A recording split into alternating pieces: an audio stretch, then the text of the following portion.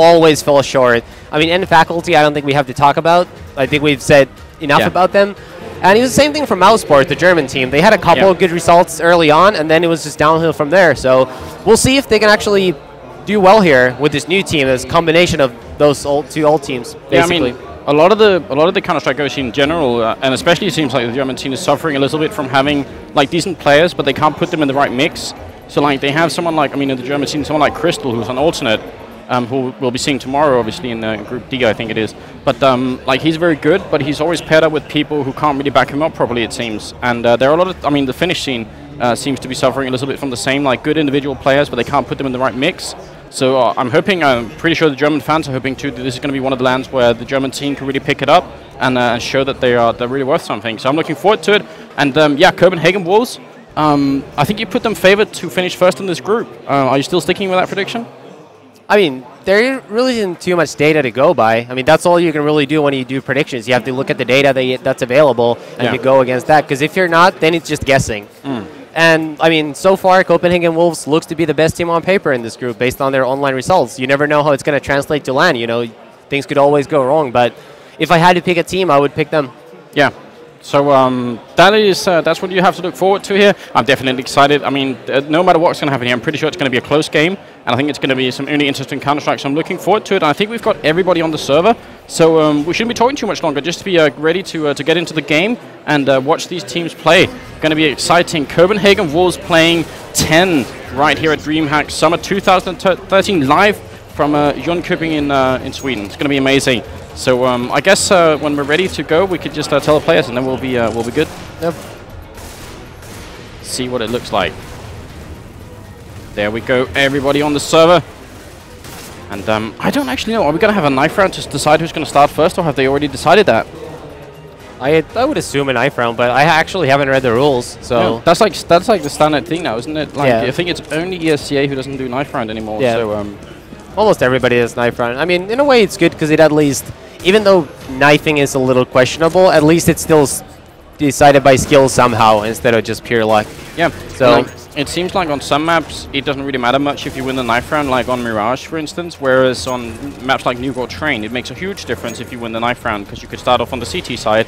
And I kind of feel like it's a little bit of a shame because, especially if you're watching a very good team play sort of a mid-tier team, you know, you can almost decide the match just by winning the knife round because you'll start off. I think that's only a problem with the mid-tier teams though, because those are the teams who can't they don't have the mental strength to lose the first half and then come back. Because if you're a strong team mentally and you're smart about it, you know that if you get 2-13 first half, you have a job to do. You have a good chance to do the same thing in the second half. So all the good teams know that. We've seen NIP pull off a lot of impressive comebacks in the recent months, but it's obviously a lot harder for teams who don't have that experience and they're not that confident. They don't know that they can do it. When you do it a couple times, then you know you have the ability to do it, and it's a lot easier to feel confident. And confidence really is usually the difference between teams who are good online and teams who are good on LAN. That's what it usually comes down to. Yeah, I think that's absolutely true. And obviously, like in way back in the day in 1.6, I mean, a matter like Train, I remember like part of the charm of that map used to be, you know, waiting for the actual comeback. You know, one team would take 13 rounds on the CT side, but you knew the other team, they just needed the pistol round, and then they could do the exact same thing. And that was pretty, thrilling to watch. So I don't think it's necessarily a problem, as you say, but it is a little bit of a shame sometimes when it all comes down to the knife round. I don't think that's going to happen this time, though. These two teams, I think, are, I don't want to say completely evenly matched, but I think they're, you know, even enough that it could be a really interesting matchup, this one. And I'm guessing we're just waiting for the last players to get on the server, or at least to get ready, and then we'll be good to go. It looked like they were talking about going to the bathroom, so I would assume we're probably waiting. Yeah, waiting for that. That will happen. Assuming we're going to be playing on Dust 2 then.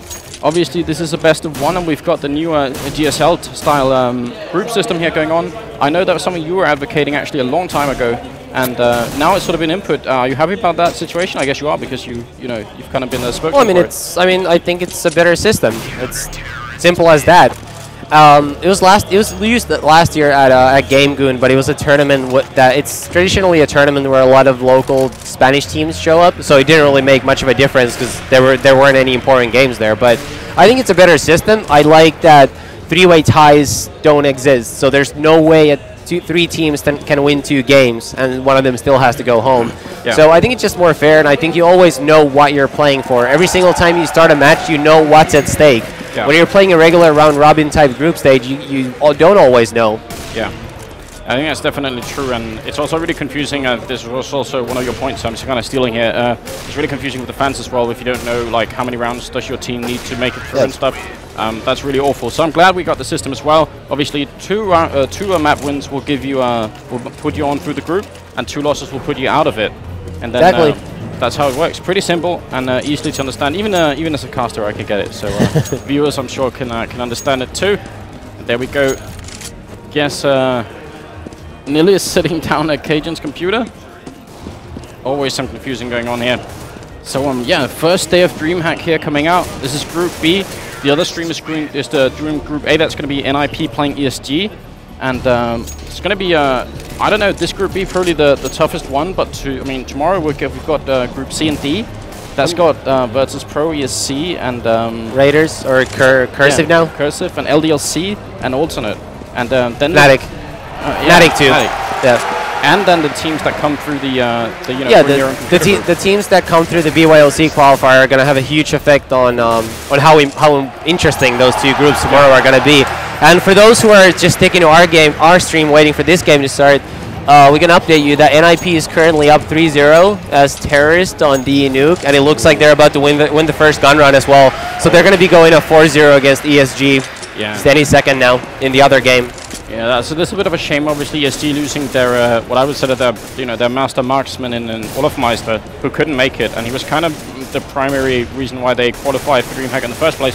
So I don't want to, put ESG down or anything. Obviously, they should play the very best that they can, but they must be coming into this tournament feeling a little bit disheartened by that loss, I guess.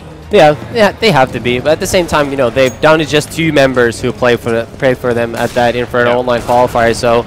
He doesn't really strike me as one of those overly serious teams. He's probably more of a group of friends that like to play together, and then something comes up for one of them, they're gonna get someone else to play, and things happen. So they're probably a little outmatched here, but I do think they can at least, if they win some important rounds against Western Wolves, win the pistol rounds, things like that, maybe something could happen. Or the who's the 4th team in that group? It's like Team X, which is like Team X. Publisher now, I think. Yeah, I mean they beat NIP online, but that's also, in my opinion, a fairly random team. They never show up in a consistent form. You never really know what to expect from them on a game-to-game basis. So against a team like that, especially because they're Swedish and they probably play together, they know how they like to play, things like that factor in. So they might be able to sneak a map from there, at least play a close game. Yeah. Could be really interesting to see. I mean, they've also had a little bit of turbulence, obviously, Publisher now, because they, they used to be absolute legends, and then they went to Team X, and they qualified, and now they are, they've been picked up by another organization who wanted to send them to Dreamhack. So that's cool. But that also must be a little bit confusing as a player, not knowing if you're going, and then you are going, and then, a little bit stressful, maybe. Well, I do have to say, though, that to me, it just seems, trying to think of a nice word. It just seems a little sketchy that someone who lives in Sweden, less than probably, I'm going to go ahead and guess, most likely like a 3-hour drive away, couldn't go to an event that could very well be over in one day. So why don't you just drive here, you play your games, if you stay in the tournament, you book a hotel, you sleep over there, and then you continue playing. It's not that big of a deal, but we are going to go live. Yeah, that's fantastic. So welcome, guys. If you're just joining us, we're going to be watching Copenhagen Wolves play 10 in the Dreamhack Summer 2013 group stage here. This is Group B. And so there we go, knife round coming up, and to decide who's going to be starting on what side. I think Dust 2 is one of the only maps, if not the only map, that where terrorists actually have a slight percentage, or sort of slightly high win percentage. Probably. So that's an interesting map because of that. And I guess, but actually not always that I see teams who win the knife round. They don't always choose the terrorist side, so it also comes down to a little bit sort of individual. And I'm pretty sure Copenhagen Wolves are actually famous for having a much stronger CT side. I think one thing that factors in, at least the way I've always liked to look at it, is when you're a terrorist, because of the way the money system works out in CS, you have the ability to force buy a lot. So you can buy more often than if you're a CT. Yeah. So I like starting as a CT in games, because then I'm going to set my standard of, okay, so I get 5 rounds, I'm going to need 11 in the second half, as Copenhagen Wolves wins their knife round. But if you're a terrorist and you start losing rounds, you can keep force buying. If you're a CT and you need X amount of rounds, eventually you're just not going to have money. Yeah, so it gives you more leeway when you're a terrorist. I guess absolutely true. So yeah, Copenhagen Wolves, they're going to be starting off the terrorist side. That's going to leave 10 on the CT side. And we are just getting ready, waiting for another restart, and then we'll be good to go. So something I always look for when I look on Dust 2, especially on the terrorist side here, is whether or not the teams are going to try and do like a quick rush either down A long or down to B. I guess you could even do it up to Catwalk, because it seems like the Glock, I'm trying to call it like a Glock train, because it seems like if you're just 1 or 2 people guarding and like 5 or 4 people coming in with Glocks, you are going to go down. Yeah. Like it's going to require like immaculate headshots if you want to survive that situation, and it's really difficult. So I don't know if they're going to do it, but it's something I always sort of like looking out for. And you know, in general, pistol rounds in CS:GO tend to be very T-sided after those after that update to Glock, what it was like 2 months ago or 1.5 months ago. Ever since then, pistol rounds have been very T-sided, simply because the Glock is so powerful. So yeah, I think that's absolutely true. Definitely a big advantage for the terrorists. Yeah, teams are starting to pick up more and more on the P250 and the P2000 as well. But that Glock is still really good, and the range on Dust 2 means you could really put it to good use. It's difficult to try and fight it. We'll have to see what 10 can do. Obviously, I think we are getting live right now, so let's just see what they're going to do. We're looking at their own map first just to see. They might try and shoot down the middle, which is also a nice, you know, little attempt there, but no bullets being fired. They do spot 2 people running to B, so I guess that gives them something once here over on A long. Gonna take a little bit of damage for fall back. That's not too bad. Just peeking on out, see if you get a lucky headshot. But look at this. Asmo and QK Mantis coming in aggressively through the tunnels and will actually spot out Fetish, and that's Dupree with the first headshot. That Glock, here we go. CLY gonna go down to Device, and now they're gonna be peeking up on Catwalk. 10, they're in a lot of trouble. 5 on 3 early on. Yeah, Copenhagen Wolves really just started the round slow. They took over all the important areas of the map, and when 10 started pushing, Copenhagen Wolves were ready for it, and they got a couple easy kills. That's a huge problem now. I mean, it's going to require some really spectacular headshots to come back from this. 3 against 5 and Glocks. I mean, they have plenty of time on Copenhagen Wolves. 55 seconds, and Stavros is now all alone in this bomb site, and they are coming for him. He can't really do anything. And that's Device with a double kill. Dupree with the double kill. It's going to leave Mantis all alone down here in the tunnels, and he's really trying for it. But this is really not a winnable situation, it seems. No, and Dupree gets his 3rd kill of the round there. Cleans the round. It's a pretty straightforward round. Yeah. By the Wolves. Got a pretty easy win. Device got a nice headshot in the A site. So strong play by so far, but like we said, it's a very T-favored pistol round, like all the rest of them. So, you know, doesn't really tell you that much. No, not yet. 10, they will have been in this situation 100 times before, so they're just going to buckle down and try and see if they can get something done. They're putting 3 people up in A and then 2 people on B, so they're doing like a standard split, and I sometimes I'm not too happy when people do this in eco rounds. I kind of wish sometimes that people would try something a little bit crazy, but Mantis is actually going aggressive over here with Asmo, I think it is. So they are trying to get something done. For Fetish is defending here, and I think they're going to get rushed down there. They got flashed, and that was basically the end of it. They're coming out aggressively. They're up on Catwalk, and CLY and Struxy, actually Struxy down in the CT spawn, trying to get a headshot. The smoke comes out. He can't see anything at all, and I think CLY, is going to run into that Galil. So it's now 1 on 5 here. How much does it matter in these pistol rounds or this eco round if you get a kill or 2? Like, you're not going to win the round, but getting a kill or 2, does it matter economically later on in the game? It can really make a big difference. That's a questionable buy-in by Stavros. What? Yeah, I'm not. Oh. Okay, well, it's questionable, but yeah, you know, money really compounds. It's not really like investing in the sense of getting interest, but it does compound in the sense that if you lose a couple of guns here and there, eventually that's going to wind up costing you a buy round. It's going to go from being able to get 3 guns and 2 semi-buys to just 2 guns, or maybe even 1 gun. It's eventually going to make a difference unless you keep winning. So it's important to win those anti-eco rounds without losing too many weapons. Yeah, I think that's absolutely true, and a little bit unfortunate for 10 they couldn't do that. Once it's going to take down CLY, and here's Stavros trying. He has a Deagle board, so I guess he wanted to try and invest in that, but it will not pay off. So no score for them there either, and now they're 3 against 5 again. Copenhagen was doing a pretty good job of staying back and not losing any players in these anti-eco rounds. That's pretty nice.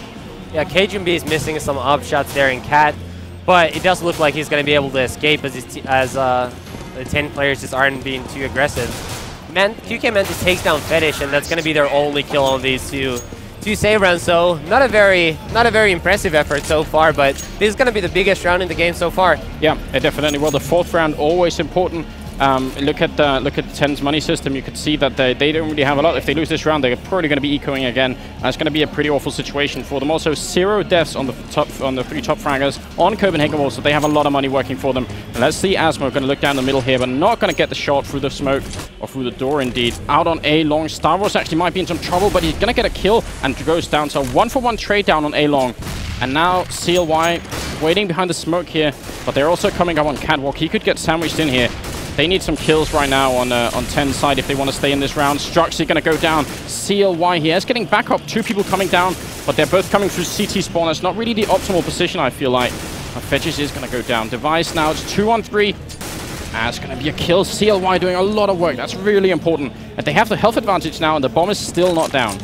CLY hit a couple very impressive shots. He was stuck in the middle of long. He killed Fetish, peeking him from top A. Then he gooshed a guy on catwalk area and then finished him off a little later. Right now he's going for his 3rd kill there. He's going to get him. Oh, and it's going to get 4 kills. So that's a huge round by CLY there. And a very important round, like we said. Because had they lost that round, they would have been forced to save. Yeah. And now this is the round where they're going to keep... I mean, obviously, Copenhagen Wolves are going to have plenty of money to buy because of those save rounds. But if they keep losing, that money is going to be chucked away slowly. And as you can see, they can probably get 1 more buy regardless. Yeah. Depending how much they want to buy. Yeah, what they will settle with. But after that, they will be forced to save. If they lose, Cajun B hits an op shot on QK Mantis.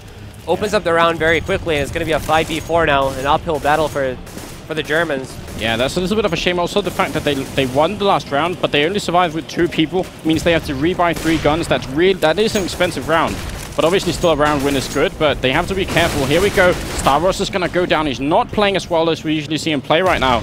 And that's going to leave CLY, Struxy, and Asmo all alone. And I don't know about this. The bomb is going up here. Struxy's trying to come in to defend, but is it worth them trying to defend this 5-on-3 situation? I mean, they have kits, but... I think he was basically just seeing if he could get 1 or 2 really quick kills that could kind of shift the momentum of the round around. But right now he should definitely save. This is not worth going for anymore. But they are going for it. I mean, this, well, at least they're trying to get some kills in here. Yeah. Struxy coming up, trying to do it. Oh my god, he might end up just losing this rifle for nothing. And there we go. Obviously 1-on-3 now for CLY. He has got 1 kill, but he can't hope to win this situation, and Cajun is going to get a triple kill in this round. I feel like they were being a little bit too overzealous here, 10. I mean, going for it in a 2-on-4 situation, basically. I think it also happens more so in the beginning of a match and in the beginning of a tournament, because they're just starting to finally play, and you don't... I think it's harder to sometimes just fold and not go for it early on. Whereas if it was later on, they already played a couple matches, it'd be easier to just say, okay, this is not it. We'll take the next round after. Yeah, that's probably true. So see if 10 are going to be starting to play more carefully later on. Looks like Once is coming in down here in A-Long, and he's going to grenade on out. It is an eco round coming in from the German team. And looks like Copenhagen Wolves are going to play it slowly and safe this round, not really throw anything away here to them. And again, they're taking over the middle, making sure they have that under control. They also have the tunnels locked down here. Fetchish will get the second kill there on Asmo. So Copenhagen Wolves, they're playing it nice and slowly. Now they open up the B bomb site. They're just going to go for it. I mean, this is fairly sort of you know, routine play, it seems. Yeah, it's fairly straightforward. They've been pretty quick on these last 2 anti-eco rounds. They actually tried to take over the sites pretty quickly, but it's working out. Right now, CLY, who's been the best player for 10 so far, gets a kill, but it looks like the Wolves can escape with just 1 death on this save round. Yeah. It's going to be the end of it. Device taking a double there. Fetchish also with the double, obviously, an anti-eco round, so not too spectacular. It's going to move us into the 7th round now. And let's just quickly look at the scoreboard, showing us here Device 9-1-2, and Dupree with 7-0-1. So they're really top fragging here with some pretty nice ratios. You know, as you said, CLY the top fragger with 6 kills, but he needs help from his team right now. That's one from Asmo. Asmo has yet to contribute a kill, so he definitely needs to join the game if he wants his team to have any chance of winning. Yeah, that is what it's at right now. Let's see if Once can sneak out here and get a kill. They have smoked it up, so he can't really see anything, and he's not going to get anything with these blind attempts there in the middle. So let's see. Fetchish is still guarding over here in the tunnels, just waiting, and Device peeking in through the middle. Again, it seems really often on Dust 2 it's a battle for the mid control here. As you can see, I mean, there's like almost everybody down the middle here just waiting. And I guess that's because so much of Dust 2 revolves around, well, how much you can hear and see in the middle.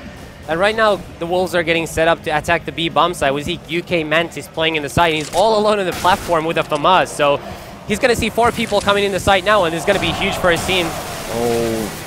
Goes down really quickly now. Asmo coming in here through the doors. He's basically 1-on-3 until he gets some help, and he's going to go for it. That was a little bit too fast because he's all alone. And Struxy going to go down to Cage and B. It's now a 2-on-3, and they don't have a kit on them. They need to move really quickly if they want to try and do this. Otherwise, it's going to fall apart. And looks like they want to do it again. And that really was an odd play by Asmo. It looked like he was just simply too eager to run into the site, and it's wind up going in alone and just cost him his life. He could have easily just waited for his teammates to give him some backup, throw some flashes, and try to take over the site. But right now it looks like 10 is saving their final 2 weapons, so... Yeah, that's definitely the right call, I think, here. But actually, Stavros is in a lot of trouble. And this 1M4 is actually really important because obviously they won't be able to rebind this, so they need him to stay alive, and I don't think he will. Gonna get actually killed by the bomb there, I think. So, yeah. 1M4, we've seen that before in games of Counter-Strike, where a single weapon saved is all that wins the next round, if it's in the right place. And right now, obviously, 10 is going to have to save once more. That's probably going to make the score 7-1 for the Wolves. And Asmo still, and I guess that's what I was sort of talking about with the going for rounds instead of saving. I think when you finally get to a tournament after weeks of practice, I think you're just eager to play. And saving weapons doesn't really feel like playing the same way, so... That definitely is something that might have factored into Asmo's poor decision-making last round. Absolutely. The Stavros is going to go down. I mean, this is all on CLY. He has the 1 AK that they saved. If he could have put it to good use, they can make a difference, but he's getting rushed down from all angles. Yeah, they were coming cat. Right now, Copenhagen Wolves look really dominant. They're playing really well. They're playing to their strength. They're playing fast against these ecos. They're making sure that they set the tempo and not 10. Yeah. They're making sure that everybody on this server is playing their kind of CS. Because as terrorists, they get to set the tempo. As counter-terrorists, it's a lot harder unless you want to play even faster than the terrorists are willing to play. So right now, QK Mantis is all alone in a 1v3 trying to save this AWP. But the round is going to go to Copenhagen Wolves no matter what. Yeah, it will. And he's not even going to save it. I think it's going to go down to Device. That's a little bit unfortunate. Yeah. And it looks like we have a replay, I believe, now. Yeah, so replay coming up. Check that out during freeze time.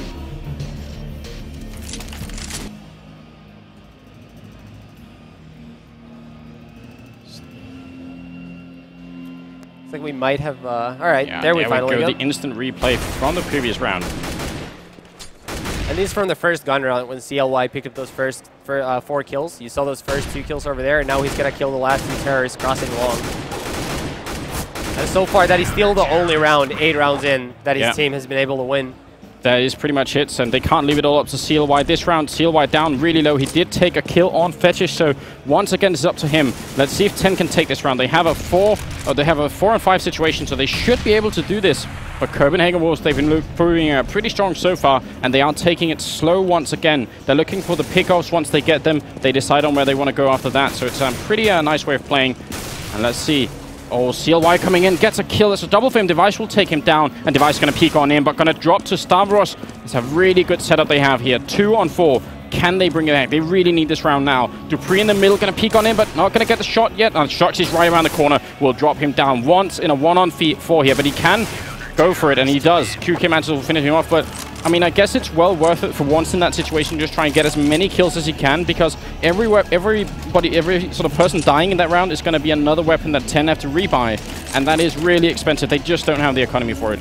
Yeah, and this, once again, is going to be a very important round. If we're looking at the money right now, as you can see, only CLY and Stavros have any money saved up, so if the counter-terrorists lose this round, they are once again going to be broke. So this round is effectively worth 2 rounds for Copenhagen Wolves.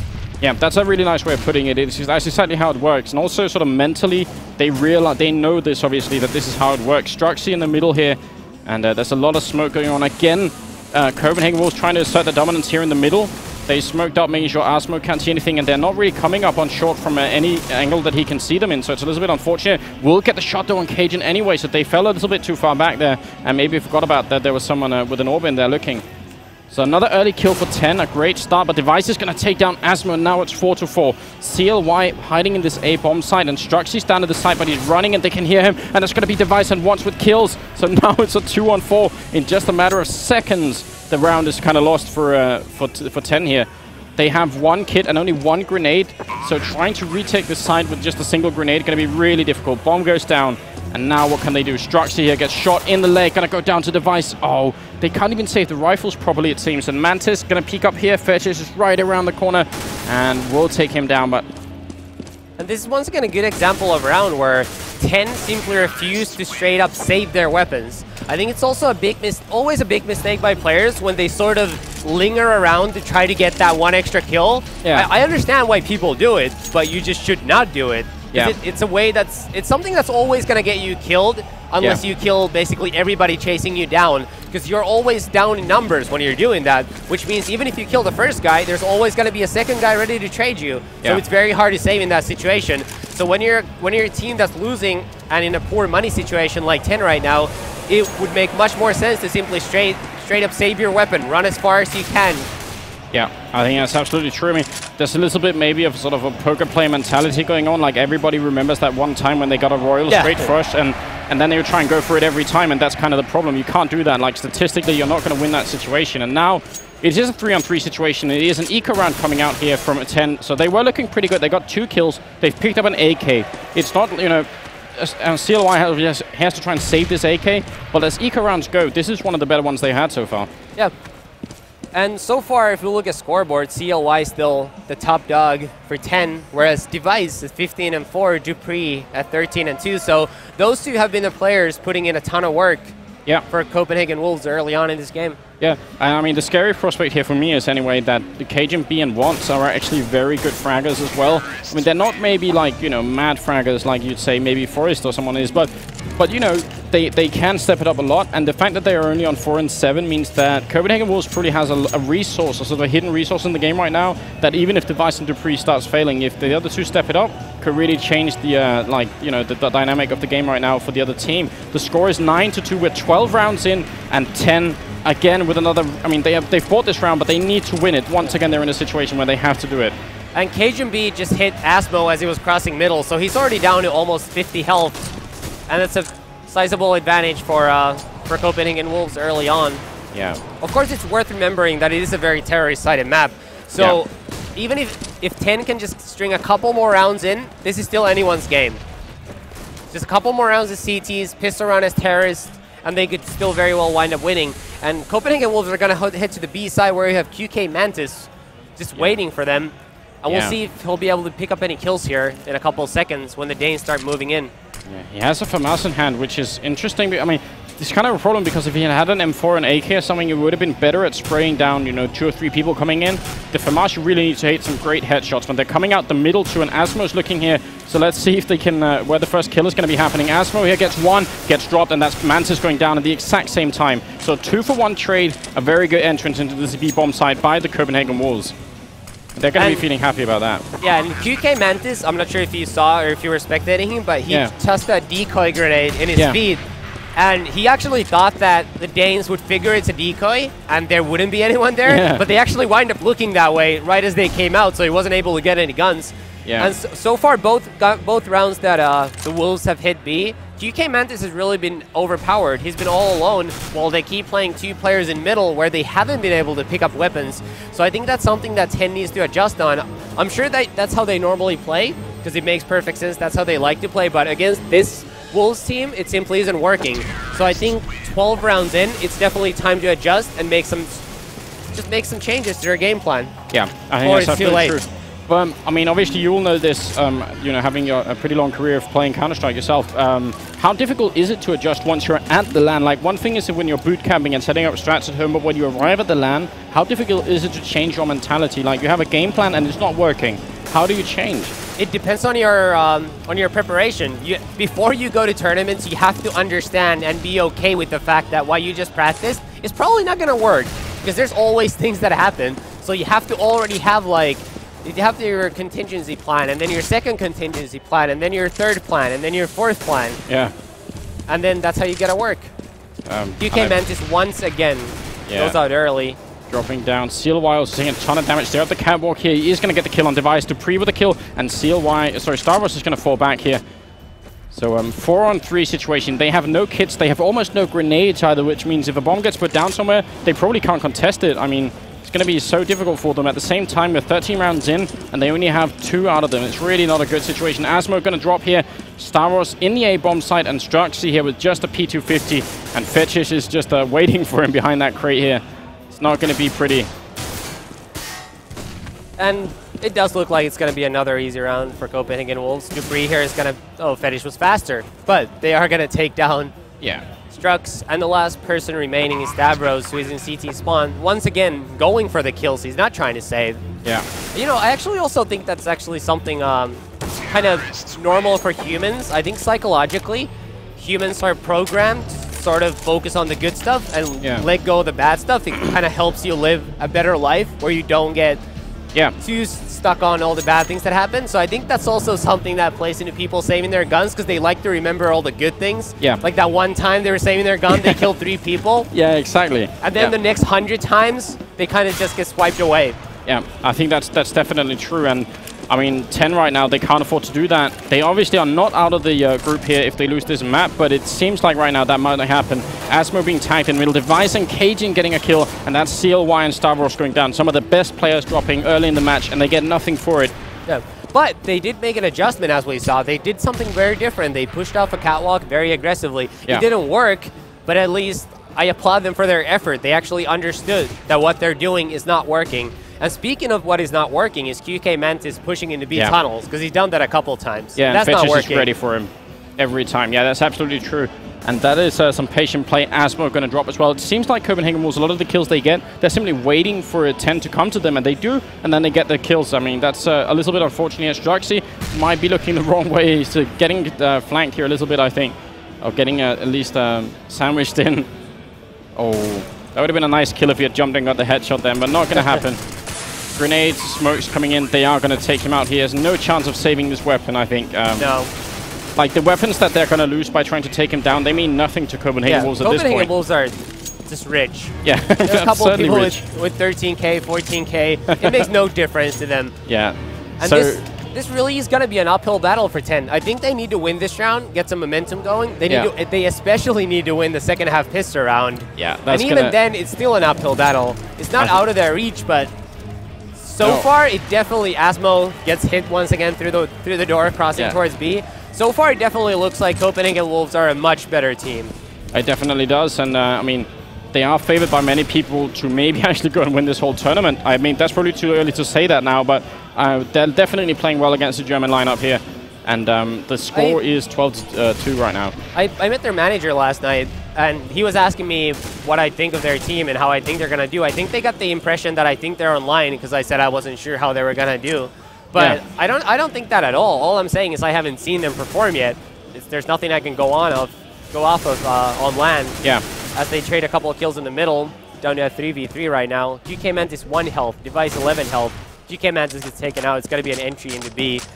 Device still hanging outside in a 3v2. It's going to be a very hard round for CLY and Stavros here. Cajun B opping aggressively into CT spawn too. See if he can get a pick here. Yeah, he really wants it. I mean, the problem is also here they don't have a kit, and they only had 2 grenades. So, like, I mean, grenades are pretty essential if you want to retake the B-bomb site from this angle. You need flashbangs and other things too, and it just doesn't happen. Cajun will get another triple kill. Going to put him up to 10 in total, and that will finish off the first half. 13-2 now. The second half coming up, and as you were saying, the pistol round going to be critical if 10 want to make any kind of impression here against the Copenhagen Wolves. Yep. And I got a little cut off by the action kicking in a little too soon last round, but what I was going to say is I actually think Copenhagen Wolves are favored to make top 4 here. I think they are favored to make top 4. I'm not sure if they will. I'm going to write my next preview on Angel TV after the group stage just finished. So once I have a little more data to go by, you know, I'll have a better idea. But I think going into this tournament, based on what's happened in the last month, I think they are one of the top 4 strongest teams here. Yeah, I definitely would have to agree with that. This pistol round starting off with a little bit of damage onto Watson. He's still trying to shoot through the middle. He has to be careful he doesn't get overrun here. But Smoke is going to come up. Dupree over here on A-long. Where's the push going to come? So 10, they're playing pretty much like Copenhagen Wolves, while they're trying to assert their control in the middle and then decide where they want to go from there. And that's a decent plan, but they need the kills right now more than anything else. That's what they need. So Watts is up here, still in the CT spawn, waiting, and they're making their way up the catwalk. No one is defending here, but Fetchish is down on A-long, and so Dupree's actually in the pit. And here comes Fetchish. Oh, a great little flank going on there. A little strategy, and that's going to be Fetish with a double kill. Really good play. And once.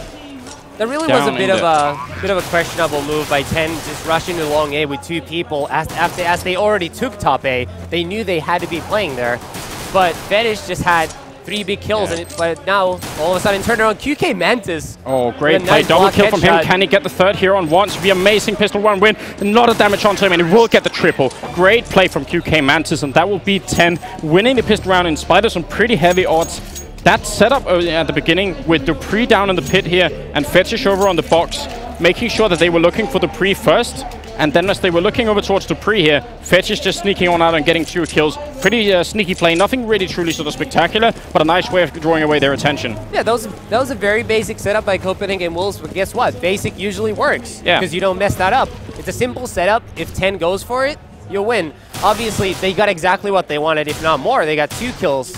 Without losing anybody early on, but their retake simply wasn't working out. QK Mantis hit some shots that most people probably wouldn't consistently hit. But guess what? It only matters if you hit it when it matters, and he just did that. Yeah. And right now, 10, you know, they're still hanging in it. They're not out of it. They're not out of it just yet. They want to see if they can fight back. Cajun's going to get a kill, but 10, they have taken over this bomb site, and once and Dupree are they actually just once left alive now. And there we go. We'll get 1 kill. So they've got 3 kills in this eco round. They're going to be really happy about that, especially if once could end up saving this Bison. I mean, a Bison is obviously not an AK in terms of saving, but it could still matter in the upcoming round. Yeah, it's actually very curious why he's peaking. He only has 28 health points. Bison, you know, he's probably not going to win the next round, but he could probably have saved it. They could have run a setup, and if they hit his side where he's hiding behind a corner, he could have maybe scored a kill or 2.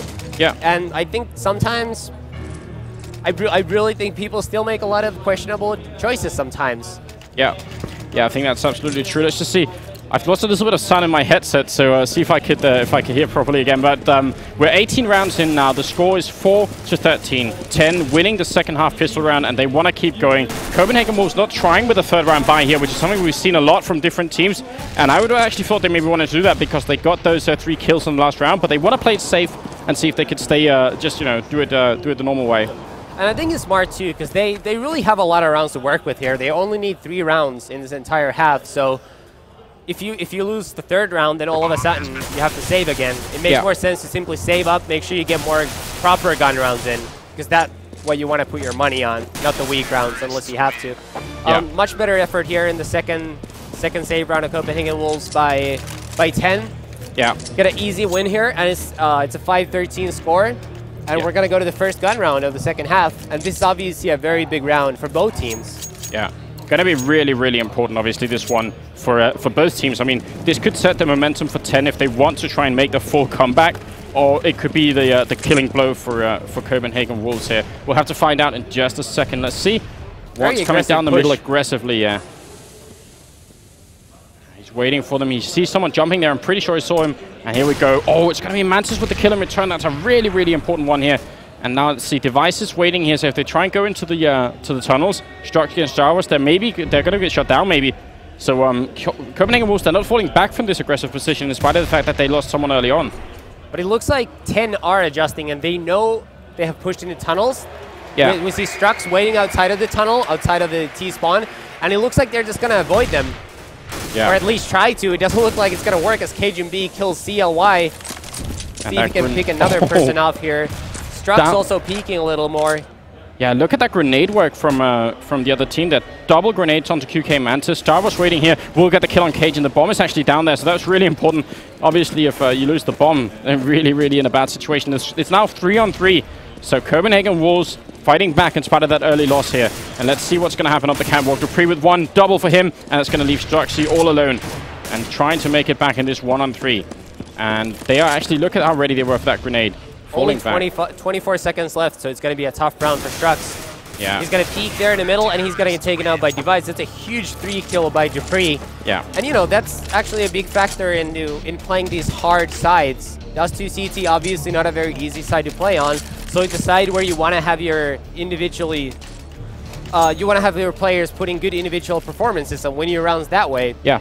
It was nice setup by Copenhagen Wolves. They didn't fall back and do anything dumb, even though one of their players, I think it was once, was picking, because we picked up early by QK Mantis. And yeah, absolutely. Very well played round. Yep, this time they're switching up the strategy a little bit, trying to go a little bit slower. But you did say earlier that what Copenhagen Wolves were doing was they're basically controlling the pace of the game, making sure that 10 played their game. And we saw that straight off in the last round. They just, you know, they set the tone. They say, we want to play aggressive, and you guys are going to have to deal with it. And they couldn't. So, exactly. Really cool stuff coming out here. It looks like it's going to be a push for the catwalk. And Fetch's is waiting inside the bomb site, and Dupree is really, really close. Like, if they make any kind of noise up on the catwalk, Dupree's going to be able to hear them really straight away. And Fetch is obviously the in-game leader of Copenhagen Wolves on the caller. It's kind of with Cajun, like they have basically two in-game leaders, a little bit weird, but here we go. Fetch is defending, and they are going to jump into the CT spawn. Can they get it? Dupree will get the first kill, but Star Wars in return, and here's Fetch hitting one, but he has to get more here. There we go. That's the final kills coming in here. Fetch and Once with a kill each. It's now 2 on 3. Down the middle, Struxy going to bring it back, actually, with a double. That's really important. 10 don't want to give any more rounds away here. Struxy with a grenade out as he comes into the spawn. Will he get the kill? He's just falling back and spraying now. That's not good enough. The bomb still is not planted, but they have enough time here. I think they need to just slow down and maybe regroup, make sure they're together instead of just fighting. That's what they're doing. Strux right now is flanking all the way around long. Oh, yeah. And if QK Mantis could have just held on a second longer, they probably could have won this round thanks to this flank, but not going to happen. Copenhagen Wolves win their second straight gun round, and as we look at the money for 10, they can still buy, obviously, and they have to buy because it's map point and game point for the Wolves, but not a ton of money. It's going to be very tough. It looks like Copenhagen Wolves are simply too strong for the Germans here in this match. Really, really interesting. Obviously, the first map here from the first match here from Dreamhack Summer. So interesting to see how strong Copenhagen Wolves are. They have been playing really well, but they've also had some inconsistent results. So I guess the sort of the coin has been a little bit up about how they're going to be performing here. But they're setting a high standard, and that's going to be interesting to see for the rest of the group also how this is going to fare out. I also have to say, Copenhagen Wolves played that 2v2 very well. They understood the other terrorist was far away, so they went very aggressively at QK Mantis to take him out 2v1. Yeah, it's going to be a nice start here. Dupree going down to Star Wars and Once coming up into the bomb site, but they're going to fall back. Then they don't want to go for it anyway. They get the early kill, and then they sort of compose themselves, which I think is a nice way of playing it. Copenhagen Wolves don't really know what's happening now. Like, if they'd rushed into the bomb site, then Copenhagen Wolves could have adjusted accordingly. But now they're just kind of waiting for the next move. And right now, 10 are taking catwalk. Once all alone defending the A side. We'll see he's going to get taken out by CLY. Fetish is still playing long. Yeah. Asmo waiting outside along. Fetish is trying to go for a kill on top of A. Can't spot the head of the planner. And bomb is going to go down in a 3v5 in the favor of the Germans. Yeah, here's Device. One of the top aimers on Copenhagen Wolves. Not going to get the kill in here. This is something we saw 10 not do. They're 3 on 5 and they're deciding it's not worth it. We don't want to do it. Like, we have 2 flashbangs and we have some kits at least, but it's not worth it. They're not. This is where 10 would have done it like last half. They went for this situation and lost the rifles. Let's see if they could keep them this time. Fetches is going to get, like, I mean, keeping these rifles is what, if Copenhagen's Wolves managed to do this, then this is what 10 didn't do. Yep. Fetish goes a little aggressive there long, but he manages to get the kill. And wow, that's a huge round by Copenhagen Wolves, because if we take a look at the money situation right now in the beginning of the round, no one on 10 has above 4K. And they already, even the one player left on their team, might not have had armor because they had such a weak buy last round. So this round is actually just as hard as the previous round. Yeah. They're so broke right now. Copenhagen Wolves played that round perfectly. Yeah, by getting those kills. Absolutely, as you said, Asmo has no body armor at all. There's no head armor on Star Wars and none on QK Mantis as well. So they are looking, they're really looking pressured here. Copenhagen Wolves, even when they lose a round, they manage to do a lot of damage to the other team. And now Device is going to fall back here. He's trying aggressively again to look down and see if he can get some kills in this tunnel, but not going to do it. And now in the middle, Once, is he going to fight it out? He just has a deagle here, so trying for that deagle headshot that everybody loves. And here comes Fetish with a P2. Oh, they're going to do this flash thing, but it's actually a little bit too soon. That's unfortunate. Let's see, Device up here, and I think he's got Cajun with him as well. So Device and Cajun going to be defending against the incoming push. That's Once going down, Device going down as well. Great play from Struxy and CLY, and Cajun trying to get it done, but it won't happen. And so far they've lost no people on 10, so this is a very good round for them, and this is kind of what they need. That was a smart play by CLY there on catwalk. He climbed on top of the little box to see, I believe it was Once in the side. Yeah. And after that, he was able to take down that second defender in CT spawn. So CLY definitely has been the best player on 10 so far. He's been playing very well. He just hasn't gotten enough backup from the rest of his squad. Yeah. That's sometimes the problem if you leave too much pressure on one person. I mean, obviously that comes down to sort of a personal preference, but some people, they also get really annoyed at the end when, you know, they feel like the rest of the teammates aren't playing well, especially if you can feel like you have a really great game going for yourself, but none of your teammates can step it up, then, you know, you're going to get frustrated and maybe play worse again. So it's a little bit of a shame here. Asmo waiting down, and Fetish is right around the corner. Looks like it's still going to be the middle we're talking about here. Cajun waiting right in the smoke here with the FAMAS. And obviously Copenhagen Wolves, they just need one more round, and they have a lot of rounds to get it in here. 8 more rounds to go as of right now. Copenhagen Wolves, very broke right now. If they were to lose this round, they would have to save next. And rounds actually do not matter here because of the new group stage format. Yeah. So it's all or nothing for 10. Exactly, or once with a kill there on CLY. That's one of the best players gone down. Starbucks coming in with one, and Dupree's up here, shooting through the smoke. Can he get the kill? Cajun's already got one. Mantis with another one. It's 3-on-3, and Dupree is just waiting for them to come on in. He can just wait for them behind the smoke. He doesn't have to go for it, but Fetish and Device also coming in. 3-on-1, Mantis gets a double. Wants to put down the bomb here, but he has 40 seconds to do for it. Oh, a lot of damage onto Fetish, and I think he'll be able to put down the bomb here, but can he hold this position? There are a lot of grenades on Device here. Fetish only has 1 health. QK Mantis has 2 health, and he's going to get taken out. And that is going to be game. It's going to be 16-7 for Copenhagen Wolves, and I do have to say, Copenhagen Wolves look very impressive in this game. Yeah. They didn't make a lot of mistakes. The rounds they lost, a lot of the time, 10 simply played well. They earned those rounds. And Copenhagen Wolves impressed me with a lot of their decision-making. They made a lot of correct choices in a lot of tough spots.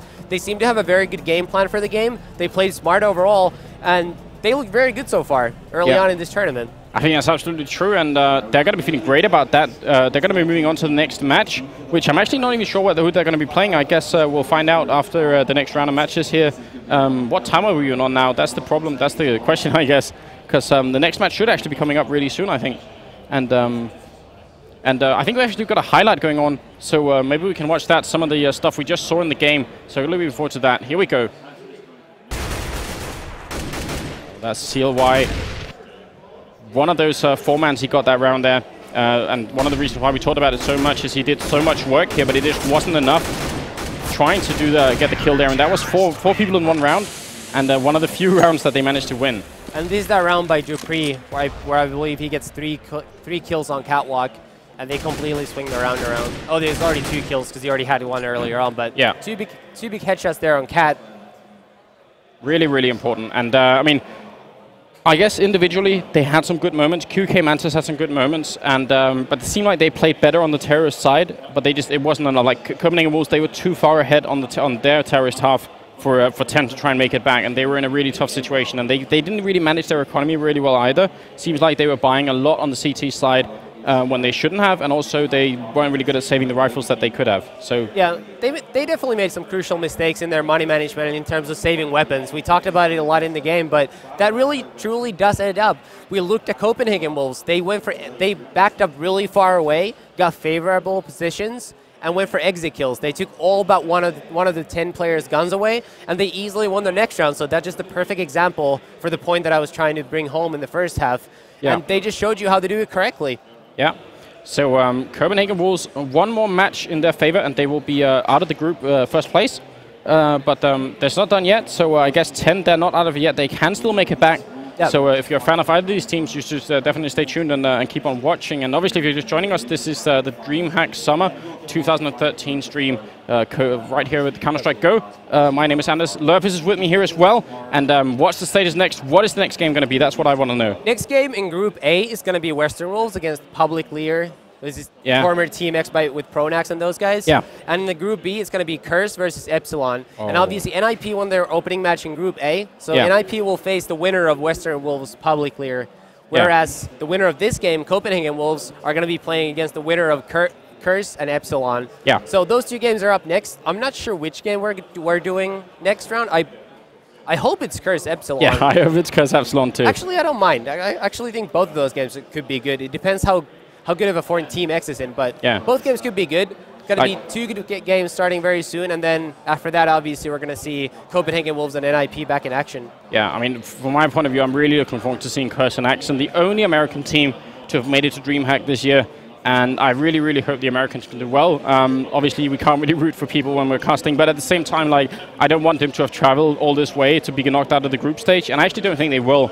The Americans are actually playing pretty good Counter-Strike. Obviously, unfortunately, Quantic couldn't be here. But Quantic, obviously, the ESCA LAN managed to go, I think, 16-14 against... No, they beat Very Games twice, and they went 16-14 against NIP, at least one map. Some really crazy stuff coming out from the Americans. So in spite of the fact that the American scene isn't doing too well, they still have some very good players and some very dedicated players. So I hope that they could do really well here. But Epsilon, kind of like, I don't know, they're playing really well some days, and other days they're not. And I can't really say what I feel about them here on LAN. I think they're going to have to prove it to us that they could do it. Yeah, it depends. I mean, they have a slightly different lineup from their run at Copenhagen Games, where they really impressed me. They almost beat Fnatic, and they actually did beat Navi there. Obviously, they have at least one different player. I think just one. They have Sentries now. Yeah, they have Sentries instead of Berg, was it? Yeah. Yeah, but Berg was playing for Lemon Dogs at Copenhagen Games, so he wasn't their fifth at that time either. That's true. I'm not sure who was their fifth, but regardless, Epsilon did well there, and we'll see if they can continue here. They haven't really done so much since then, but at the same time, we had a little break from tournaments. Not really much going on in May. That is what it is. I mean, I'm looking forward to seeing Sentries play because I've heard some stuff about him being pretty good, and I mean the Norwegian scene in general seems to be a scene that could spawn some really good players. But again, they're not always able to put together that really sort of pure Norwegian lineup that has 5 top Norwegian players in one team. They're all spread out differently across the Counter-Strike Go scene, and I don't know. That maybe a little bit unfortunate because I mean, how much do you think communication matters in teams, like all being from the same country? Does it? I think communication is a massive factor, but I do not think you have to be from the same country. It all depends on, first of all, how good your language skills are, and I think an even bigger factor is how much you want to learn it. Because when I moved to the US to play for EG, I obviously already spoke pretty good English. Yeah. But it does take a lot of effort to learn. Like there's easily over 100 very specific spot names on different maps. Not only the obvious spot names you can think about, Long A, Catwalk. Yeah. But obviously every single pro team has hundreds of names for just tiny little corners. Yeah. You might watch a highlight where someone gets 4 kills doing something. You name that spot after him, so everybody remembers it. And there's hundreds of those spots. It really depends. Some people pick it up really quickly. Some people take longer.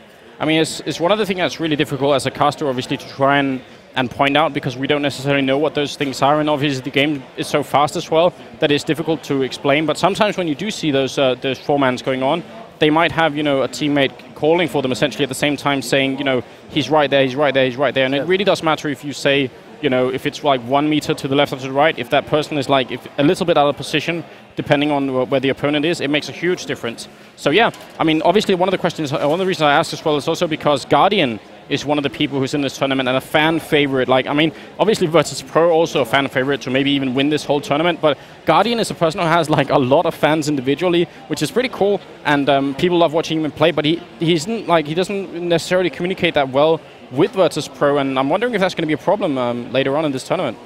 When I watch the Russian teams, and same thing goes for Asian teams. Obviously, they haven't really been big on CSGO yet, but I always wonder how their communication is. Obviously, I understand Swedish pretty well, so I understand what Swedish teams are saying. Same goes for Norwegians, because it's very similar. I can even pick up on some Danish, and I obviously understand English. But when I watch some of those guys play, it's just really hard to understand what is going on. Yeah. And Virtus Pro, they were easily the #2 team in the world with Adren.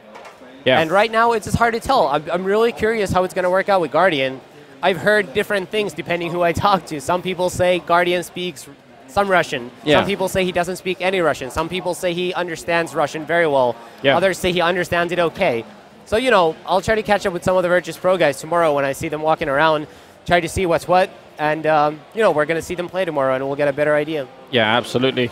Obviously, we are not really sure what game we're going to be casting next. It's going to be either Team X or Publisher, I think it is, playing in Group A, and then it's going to be a Curse playing Epsilon. Yeah. It's going to be one of those two. So I guess we'll take a couple of minutes break while waiting for the second game, get some water, and we'll be back in just a couple of minutes.